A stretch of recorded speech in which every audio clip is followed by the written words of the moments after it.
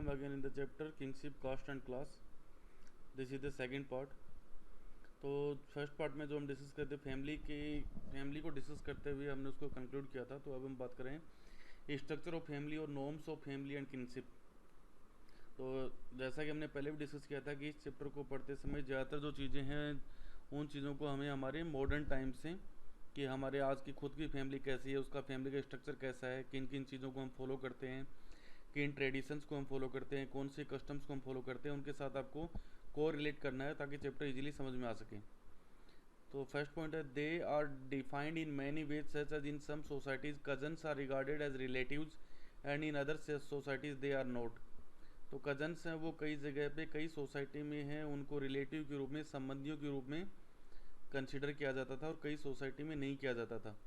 तो कजन्स का जैसे महाभारत वाली स्टोरी में भी हमने देखा था, कौरव और पांडव आपस में कजन ब्रदर्स थे, तो वो रिलेटिव के रूप में उनको कंसिडर किया जा रहा था। लेकिन साउथ की कई सारी सोसाइटी देखेंगे जहाँ पर इस प्रकार के रिलेशन हम नहीं देखते हैं।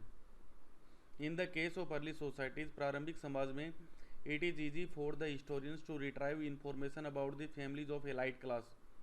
तो जब भी आप इतिहास को लिखने की कोशिश करते हैं हिस्टोरियंस, तो हमेशा से हम देखते हैं कि एलाइट क्लास यानी कि जो राजा महाराजा जो शासन करने वाले समूह हैं, उनके बारे में, उनकी सोसाइटी, उनके रिलेशन, उनके कस्टम, उनके रिचुअल्स के बारे में इंफॉर्मेशन गेन करना, इंफॉर्मेशन प्राप्त करना ज़्यादा इजी होता है बजाय कि ऑर्डिनरी पीपल के। क्योंकि ऑर्डिनरी पीपल के से रिलेटेड इस प्रकार की कोई भी हमारे पास रिटर्न सोर्सेज अवेलेबल नहीं होते हैं जिनसे कि उनकी सोसाइटी के बारे में हम इंफॉर्मेशन गेन कर सकें। तो third point, on the other hand it is very difficult to reconstruct the familial relationship of ordinary people. तो साधारण समाज में रहने वाले जो साधारण कॉमन पीपल थे, उनके फैमिली रिलेशन के बारे में इंफॉर्मेशन गेन करना हमारे लिए, या उनकी हिस्ट्री को रिकंस्ट्रक्ट करना हमारे लिए थोड़ा इम्पॉसिबल टास्क हो जाता है, क्योंकि उनसे रिलेटेड जो रिटर्न सोर्सेज हैं वो हमारे पास लगभग ना के बराबर हैं। Another important factor is the attitude towards the family and kinship. तो दूसरा जो इम्पोर्टेंट फैक्टर है कि डिफरेंट सोसाइटी में लोगों का जो एटीट्यूड है वो अपनी फैमिली और किनशिप के प्रति अलग अलग है। तो ये नहीं है कि होल इंडियन सब कॉन्टिनेंट में एक ही प्रकार के फैमिली रिलेशन थे या पूरे सब कॉन्टिनेंट में एक ही प्रकार की सोसाइटी का डेवलपमेंट हुआ था। इंडियन सब कॉन्टिनेंट के डिफरेंट पार्ट में सोसाइटी और फैमिली रिलेशन को लेकर रीजनल डाइवर्सिटी देखने को हमें मिलती है। It is also investigated and analysed by historians. These factors are important as they give insight into the people's thinking. और ये जो रीजनल डाइवर्सिटी है ये हमें कहीं ना कहीं लोगों की थिंकिंग के बारे में, लोगों के प्रोस्पेक्टिव के बारे में भी एक वाइटल इन्फॉर्मेशन प्रोवाइड करती है कि उस समय लोग किस प्रकार सोचते थे, किस प्रकार से फैमिली रिलेशन का बॉन्ड्रेशन हुआ होगा। क्योंकि यदि हम शुरुआत से ही चैप्टर से थोड़ा हट के भी यदि हम सोसाइटी के बारे में सोचें, तो यदि कभी आप बैठ के विचार करो कि शुरुआत की जो फैमिली है उसका डेवलपमेंट कैसे हुआ होगा, इसके बारे में यदि हम सोचें तो हम पता कर सकते हैं कि अलग अलग जगह पे जो फैमिली से रिलेटेड जो फॉर्मेशन है वो डिफरेंट क्यों है। देखिए, कोई भी चीज़ है, हर चीज़ का रिलेशन कहीं ना कहीं मॉडर्न टाइम की तरह रिसोर्स से जुड़ा हुआ है। तो शुरुआत में यदि हम देखें तो ह्यूमन लाइफ, ह्यूमन बीइंग है वो इंडिविजुअल रहा होगा। धीरे धीरे उन्होंने रिसोर्स के ऊपर अपना अधिकार जमाया होगा और उन रिसोर्स को फिर किसी के पास इतने वाइटल रिसोर्स आ गए होंगे कि उनको अपने कैप्चर में रखने के लिए उन्होंने फैमिली के सिस्टम को डेवलप किया होगा। और ये फैमिली सिस्टम हो सकता है उन्होंने अपनी सेफ्टी के लिए किया हो, या उस समय की जो ह्यूमन लाइफ थी उस ह्यूमन लाइफ के आगे डेवलपमेंट के लिए किया हो। तो जहाँ भी इस प्रकार की फैमिली की इंपॉर्टेंस कहीं ना कहीं रिसोर्स को गेन करने में होती है, वहाँ पर फैमिली रिसोर्सेज या फैमिली के जो बॉन्डेज हैं वो ज़्यादा मजबूत होते हैं। और जहाँ पर इस फैमिली की इस प्रकार की कोई पॉसिबिलिटी नहीं है या उसकी कोई भूमिका नहीं है, वहाँ पर फैमिली से रिलेटेड या किंगशिप से रिलेटेड बॉन्डेज हैं वो हमें मजबूत नहीं दिखाई देंगे। तो इस प्रकार के वेरिएशन हमें उस समय की सोसाइटी में भी देखने को मिलते हैं। The idea of पैटर्नली, the idea of kinship and the succession. पैटर्नली हमारी सोसाइटी, आज भी हमारी जो सोसाइटी वो पितृ सत्तात्मक समाज है। पैटर्नली का मतलब है कि पिता से चीज़ों को चलना। सक्सेशन का मतलब उत्तराधिकार, कि राजा के बाद उसका उत्तराधिकारी कौन होगा। Patriliny means tracing descent from father to son, grandson and so on. कि पैटर्नली सोसाइटी का मतलब ये कि वहाँ पर जो डिसेंट है, जो उत्तराधिकार है, वो पिता से बेटे को या फिर उसके पोते की तरफ, ग्रैंडसन की तरफ चलता है। और इसका अपोजिट है मैटरनली सोसाइटी। मैटरनली सोसाइटी में इसकी शुरुआत माता से होती है। Matriliny is the term used when descent is traced through the mother. जो उत्तराधिकार है कि माता के बाद उसका बेटे की तरफ आप जाओगे तो वो आपका मैटरनली सोसाइटी हो जाएगी। यानी कि वहाँ पर जो उत्तराधिकार है, जो वंश की शुरुआत है, वो माता की साइड से हो रही है। ये साउथ इंडिया में हमें ज़्यादातर देखने को मिलेगा। Under the patriliny system sons have claims to their fathers' wealth when the latter died. जो पैटर्नली सिस्टम होता है उसमें, जैसा आज भी हम देखते हैं समाज में, पैटर्नली सिस्टम में पिता की मृत्यु होने पर, पिता की डेथ होने पर उसकी जो भी वेल्थ है, जो भी संपत्ति है, उसके ऊपर पुत्रों का अधिकार माना जाता है, सन्स का अधिकार माना जाता है, बेटियों को कोई अधिकार नहीं है। In case the king didn't have a son he was succeed by one of his brothers. यदि मान लीजिए उस समय की सोसाइटी में देखते हैं, यदि किसी राजा के पास, किसी राजा के अपने खुद के पुत्र नहीं होते थे, तो उसकी मृत्यु होने पर उसके भाई को शासक बनाया जाता था। ये हम देख रहे हैं किस कहानी में, महाभारत वाली स्टोरी में भी आप देखोगे तो जब पांडु है वो वनवास लेकर चला जाता है, तो पांडु के उस समय कोई भी पुत्र नहीं होता है, तो उसके बाद पांडु के भाई हैं धृतराष्ट्र, उसको राजा बनाया जाता है। Sometimes other kinsmen claimed the throne and it was a very exceptional case that women exercise power. कई बार ऐसा होता है कि भाई के अलावा जो दूसरे सगे संबंधी होते थे वो भी थ्रोन के ऊपर अपना अधिकार जमा लेते थे, लेकिन ये एक बहुत ही एक्सेप्शनल केस होता था। बहुत ही कम चांसेस में ऐसा होता था कि किसी महिला को शासक बनाया जाता होगा। लेकिन इसका एक एग्जाम्पल हमने सेकंड चैप्टर में देखा था, जहाँ पर प्रभावती गुप्त से रिलेटेड हमारे पास बहुत सारे ताम्र पत्र मिले हैं, बहुत सारे कॉपर प्लेट्स मिले हैं, जिसमें बताया गया कि प्रभावती गुप्त वहाँ पर वाटाकक शासक, वाटाकक वंश था। तो उसके जब प्रभावती गुप्त की जो हस्बैंड है उसकी मृत्यु हो जाती है, तो उसके बाद प्रभावती गुप्त वहाँ पर शासन करती है, और वो अपनी तरफ से वो कई प्रकार के डोनेशन भी देती है, और उन डोनेशन से रिलेटेड कई सारे एविडेंस हमारे पास हैं, जो सेकंड चैप्टर में हमने पढ़ा है। तो यहाँ पे हम देख रहे हैं कई प्रकार के एक्सेप्शनल केस भी मिलते थे, कई प्रकार के इसमें जहाँ पर महिलाएं भी शासक बनती थी। यदि मिडेवल टाइम में बात करें तो रजिया सुल्तान के बारे में आपने सुना होगा। मॉडर्न टाइम में यदि हम बात करें तो रानी लक्ष्मीबाई के बारे में आपने देखा होगा। रूल्स ऑफ मैरिज, जो शादी के जो रूल होते थे वो किस प्रकार से काम करते थे, तो इनको भी यदि आप मॉडर्न टाइम के मैरिज वाले संबंधों से जोड़ने की कोशिश करोगे तो इजीली आपको याद रहेगा। तो धर्मसूत्र हैं, धर्मसूत्रों में 8 प्रकार की शादियों के बारे में बताया गया है। याद रखिएगा ऑब्जेक्टिव क्वेश्चन के लिए कि धर्मसूत्रों में कितने प्रकार की शादियों की बात की गई। तो धर्मसूत्रों में टोटल 8 डिफरेंट टाइप की मैरिज बॉन्डेशन की बात की गई है। आउट ऑफ द इन 8 प्रकारों में जो पहली 4 थी, 4 forms of marriage were considered as good, पहली 4 को अच्छा माना जाता था। The remaining marriage were condemned because they were do not follow the Brahmanical norms. उसके बाद वाली 5 to 8 वाली जो शादियाँ होती थी उनको लोग कंडेम करते थे, उनकी आलोचना की जाती थी, क्योंकि वो ब्राह्मणिकल जो नॉर्म्स होते थे शादी के, जो ब्राह्मण धर्म से रिलेटेड जो रूल रेगुलेशन होते थे उनको फॉलो नहीं करते थे। Women couldn't get any share in her paternal property. जिस प्रकार आज मॉडर्न टाइम में तो हम देखते हैं कि 2006 में इंडियन गवर्नमेंट के द्वारा एक नया लॉ बना दिया गया है, जिसके द्वारा महिलाओं को अपने पिता की संपत्ति में अधिकार दिया जाता है।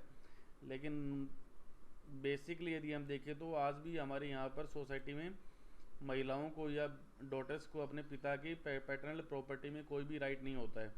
तो ये उस समय की सोसाइटी में भी यही था कि महिलाओं को अपने पिता की संपत्ति में किसी भी प्रकार का कोई शेयर नहीं दिया जाता था।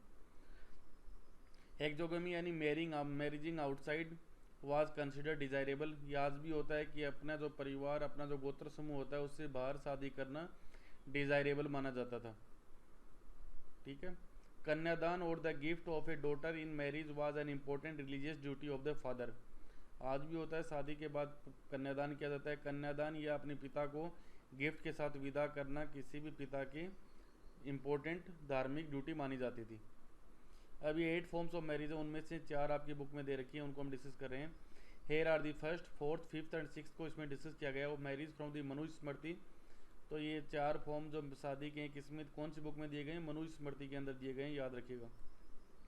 जो शादी का जो पहला प्रकार था जिसे सबसे अच्छा माना जाता था वो था the gift of a daughter after dressing her in costly clothes and honouring her with presents of jewels to a man learned in the Vedas whom the father himself invites. ये आज भी हम देखते हैं नॉर्मली, आज भी सबसे अच्छा प्रकार शादी का ये माना जाता है। तो इसीलिए मैंने बोला है कि मॉडर्न टाइम के जो रिचुअल्स हैं उनसे कनेक्ट करने की कोशिश कीजिएगा, चैप्टर इजीली समझ में आ जाएगा।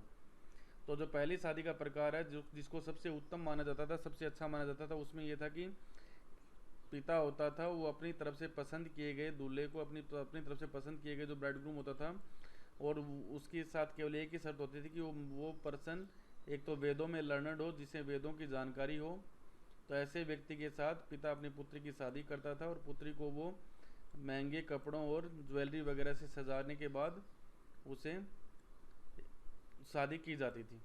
जो फोर्थ शादी है, जो प्रथम चार जो अच्छी शादियाँ मानी जाती थी, तो उसमें फर्स्ट की हमने डिस्कस किया, फोर्थ वाली है the gift of a daughter by the father after he has addressed the couple with the text may both of you perform your duties together and has shown honor to the bridegroom। यहाँ दूल्हे के प्रति वो अपने आदर सत्कार दिखाते हुए पिता अपनी पुत्री का दान करता है, साथ में दान के साथ ये वर्ड्स वो बोलता है may both of you perform your duties together. तुम दोनों जो आने वाला फ्यूचर है, आने वाला जो आपका समय है, उसके अंदर अपनी ड्यूटीज़ को परफॉर्म करो एक साथ, ये बोलते हुए पिता अपनी पुत्री को विदा करता था। जो पांचवी शादी होती थी, जिसको कि मनुस्मृति में 5th to 8th को बुरा माना गया है, उसमें 5th वाली शादी है when the bridegroom receives a maiden after having given as much wealth as he can afford to the king's man and to the bride herself according to his own will। यहाँ पे है कि जब दो दूल्हा होता है वो अपने सगे संबंधी और जो दुल्हन होता है उसको धन संपत्ति देने के बाद उसे शादी कर रहा है। जो छठी शादी है, जो 6 प्रकार है, वो है the voluntary union of a maiden and her lover which springs from the desire. ये जो आज की जो लव मैरिज हम देखते हैं, ये वो वाला सिस्टम है कि जब जो ब्राइड और ब्राइडग्रूम दोनों अपनी आपस में वॉलेंटरी एक दूसरे की इच्छा के साथ अपनी शादी करते हैं। अगला ये एमसीक्यू के लिए इंपॉर्टेंट है, टाइप्स ऑफ मैरिज, जो शादियों के अलग अलग प्रकार हैं। एंडोगोमी जो आज हम देखते हैं, ये शादी हमारे यहाँ पर सोसाइटी में आज होती है। Endogamy refers to the marriage within a unit, marriage inside one's own group, this could be a kin group, caste और a group living in the same locality. ठीक है। Exogamy refers to the marriage outside one's own group, family और kin. ये शादियाँ हमारे आज modern time में होती हैं। ठीक है। पॉलीगेमी का मतलब होता है, पॉलीगेमी और polygyny is the practice of a man having several wives, यानी एक मेल के एक से ज़्यादा वाइफ होंगी तो वो ये पॉलीगेमी शादी होगी। और पोलेंड्री उसका होगा कि polyandry is the practice of a women having several husbands, यानी कि एक वीमेन के एक से ज़्यादा हस्बैंड होंगे तो उस प्रकार की शादी को पोलेंड्री बोला जाता था। ठीक है। ये शादियों के अलग अलग प्रकार हैं। अगला जो हमारा टॉपिक है वो धर्मशास्त्र और धर्मसूत्र। अब ये कि धर्मशास्त्र और धर्मसूत्र लिखे क्यों गए, क्या रीज़न रहा होगा कि धर्मशास्त्र और धर्मसूत्रों को लिखा गया। तो नॉर्मली यदि आप देखोगे कि वैदिक सोसाइटी के बाद जो अपर वाला जो आगे का जो समाज हम देख रहे हैं 600 BC से लेकर 6 BC वाला, उस समाज में कई सारे चैलेंज हमारे सामने आ रहे हैं। पहला जो चीज़ें हमने देखी कि नए प्रकार के रिलीजन आ रहे थे, बौद्धिज्म आ रहा था और जैनिज्म आ रहा था। उसी टाइम हमने देखा कि महाजनपदों का विकास हो चुका है, तो महाजनपदों का विकास हो गया होगा तो क्या बन गए होंगे, टाउन्स बने होंगे, नए नए प्रकार के नगर बने होंगे।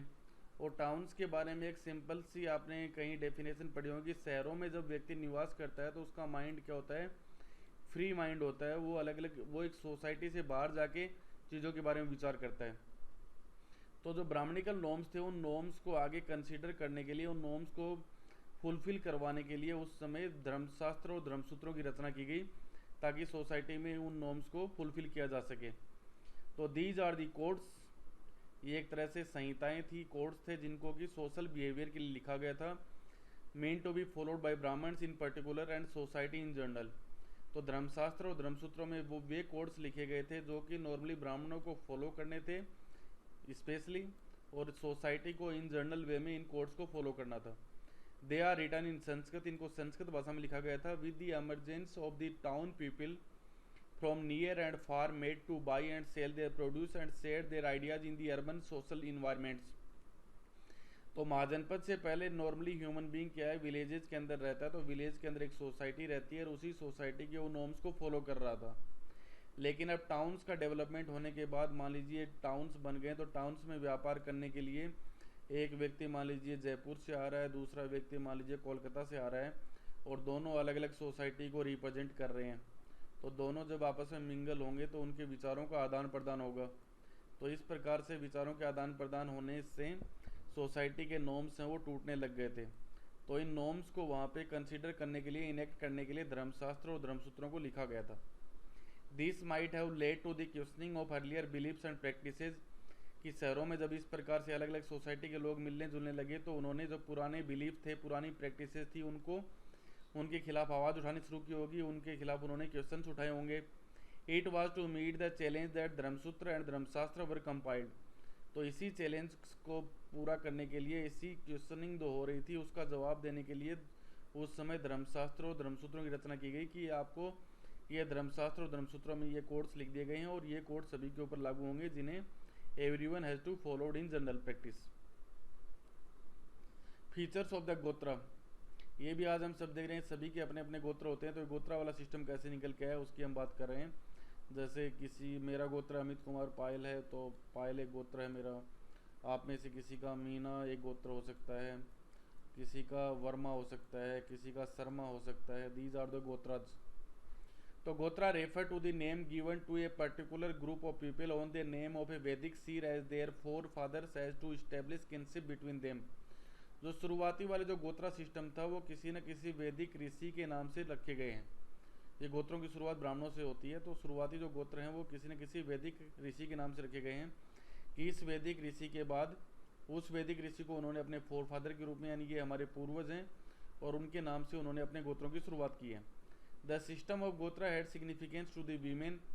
आज भी यदि हम देखें तो महिलाओं के साथ गोत्रों का एक स्पेशल रूल जुड़ा हुआ है जो उस समय की सोसाइटी में भी होता था कि महिलाएं अपनी शादी के बाद अपने पिता के गोत्र को, अपने फादर के गोत्र को छोड़ देती हैं और अपने हस्बैंड के गोत्र को अडॉप्ट कर लेती हैं। ये आज भी हमारी सोसाइटी में रूल है और ये उसी समय से चला रहा है।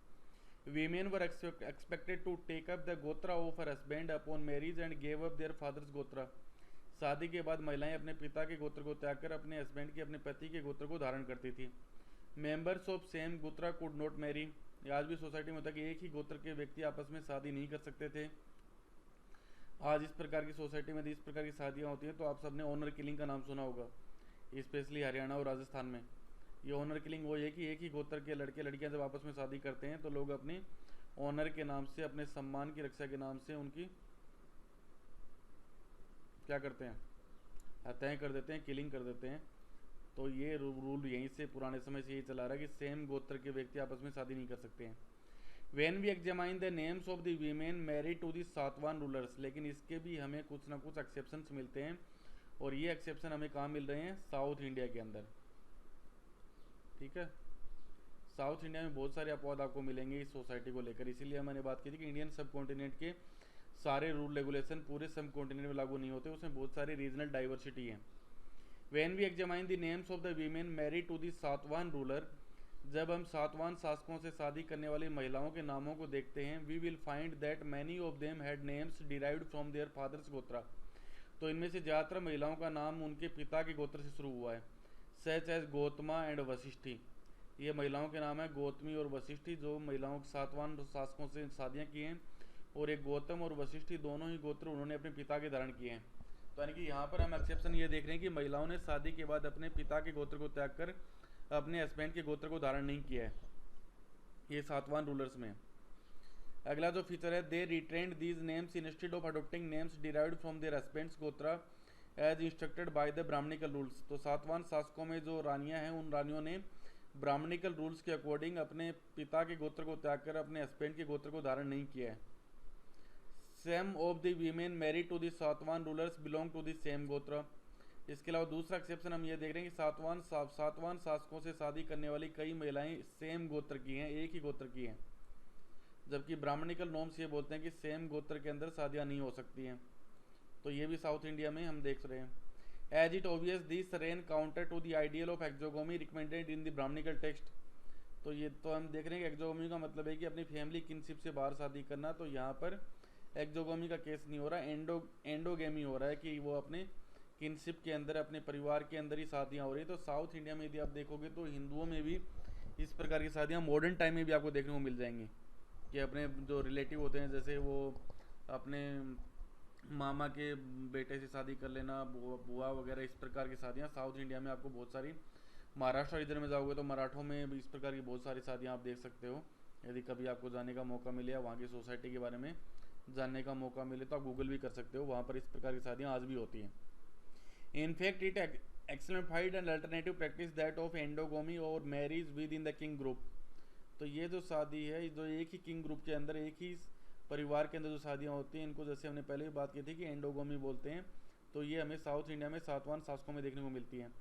Which was prevalent among several communities in south India, जो आज भी साउथ इंडिया की बहुत सारी कम्युनिटी में आज भी इस प्रकार की शादियाँ की जाती हैं। Such marriages among kinfolk ensured a close knit community. तो हमने बात की कि सोसाइटी में जो इस प्रकार के जो नॉर्म्स उस समय बने होंगे, लोगों ने इन नॉर्म्स को फॉलो किया होगा, तो उसके पीछे कोई ना कोई रीज़न रहा होगा। तो वो रीज़न यदि साउथ इंडिया में यदि आप देखोगे तो साउथ इंडिया का जो जियोग्राफिकल स्ट्रक्चर है, वहाँ पर जो परिवार वगैरह है उनमें जो क्लोज नीट है, आपसी जो पारिवारिक संबंध है, उसमें एक ज़्यादा नज़दीकी उन्होंने महसूस की होगी अपनी सेफ्टी फीचर के लिए। तो इसीलिए उन्होंने इस प्रकार के परिवार के अंदर, अपने किंग फोल्क के अंदर ही शादियों को उन्होंने प्रीफर किया है।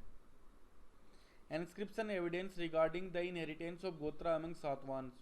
अब जो सातवानों के लिए हमने जो बात की थी कि वो किस प्रकार से अपने पिता के गोत्र को धारण करती थी, तो इसके रिलेटेड हमारे पास बहुत सारे इंस्क्रिप्शन उनके हैं जिनमें उनके गोत्र की जानकारी हमारे पास मिलती है। इसी के अलावा जो दूसरी इंपॉर्टेंट चीज़ है कि हमने अभी तक बात की कि पैटर्नल सोसाइटी होती थी, लेकिन यदि सातवान रूलर्स में यदि हम देखेंगे तो वहाँ पर मदर की ज़्यादा इंपॉर्टेंस है। Satavahana rulers were identified through metronymics which suggest that mothers were given importance. तो सातवान शासकों के यदि आप नाम देखोगे तो उनके नामों में उनकी मदर्स का नाम जुड़ा हुआ है। तो इससे हमें ये पता चलता है कि इन इंस्क्रिप्शन से कि वहाँ पर मदर की ज़्यादा इंपॉर्टेंस होती थी फादर के कंपैरिजन में। But their succession to the throne was generally paternal. लेकिन जो उनका सिंहासन के ऊपर जो राज्यारोहण होता था कि वो नॉर्मली पैटर्नल था, मतलब वहाँ पे पिता के बाद उसका पुत्र ही राज्य का अधिकारी होता था। Several inscription of the Satavahana rulers mention the name of their mothers rather than their fathers. तो ऐसे हमारे पास बहुत सारे इंस्क्रिप्शन है सातवान शासकों के जिनमें उनके नाम के साथ उनकी माताओं का नाम जुड़ा हुआ है, न कि उनके फादर्स का। फॉर एग्जाम्पल गौतमी पुत्र सातकर्णी, यहाँ पे गौतमी उनकी मम्मी का नाम है, मदर का नाम है, पुत्र का मतलब बेटा, और सातकर्णी उस राजा का नाम है। तो क्या हो गया, सन ऑफ गौतमी। ठीक है, तो यहाँ पे जो गौतमी नाम जुड़ा हुआ है उसकी मदर का, तो ये हमें बता रहा है कि सातवान शासकों में उनकी मदर्स की भी एक इम्पोर्टेंस रहती थी। अगला, caste social differences within and beyond the framework of the caste. Caste refers to the society of set hierarchical ordered social categories laid down in the Dharmasutra and Dharmashastra. जो धर्मसूत्र और धर्मशास्त्र हैं वहीं से हमें कास्ट का जो सिस्टम है वो भी हम देख रहे हैं। कास्ट में भी वो एक हायरार्की रहती है जिससे कि सोशल कैटेगरी में एक हायरार्की को डेवलप किया जाता है। ब्राह्मण से उन्होंने क्लेम्ड किया कि they were placed themselves on the top and Shudras at the bottom. जो पुराना जो सिस्टम आपने देखा है ब्राह्मण क्षत्रिय वैश्य शूद्रा वाला, तो उसमें ब्राह्मणों ने अपने आप को टॉप के ऊपर क्लेम किया और सबसे नीचे उन्होंने शूद्रों को रखा है। The Brahmins claimed that this order was divinely ordained. और ब्राह्मणों ने ये भी क्लेम किया कि ये जो सारा ऑर्डर है जिसमें सबसे ऊपर ब्राह्मण रहेंगे, उसके नीचे क्षत्रिय रहेंगे, उसके नीचे वैश्य होंगे, उसके नीचे शूद्र होंगे, ये जो ऑर्डर है ये ऑर्डर देवीय व्यवस्था है, देवताओं ने इसको निर्धारित किया है। और ये देवीय ऑर्डर इसलिए उन्होंने बताया ताकि सभी लोग उसको इजीली फॉलो कर सकें।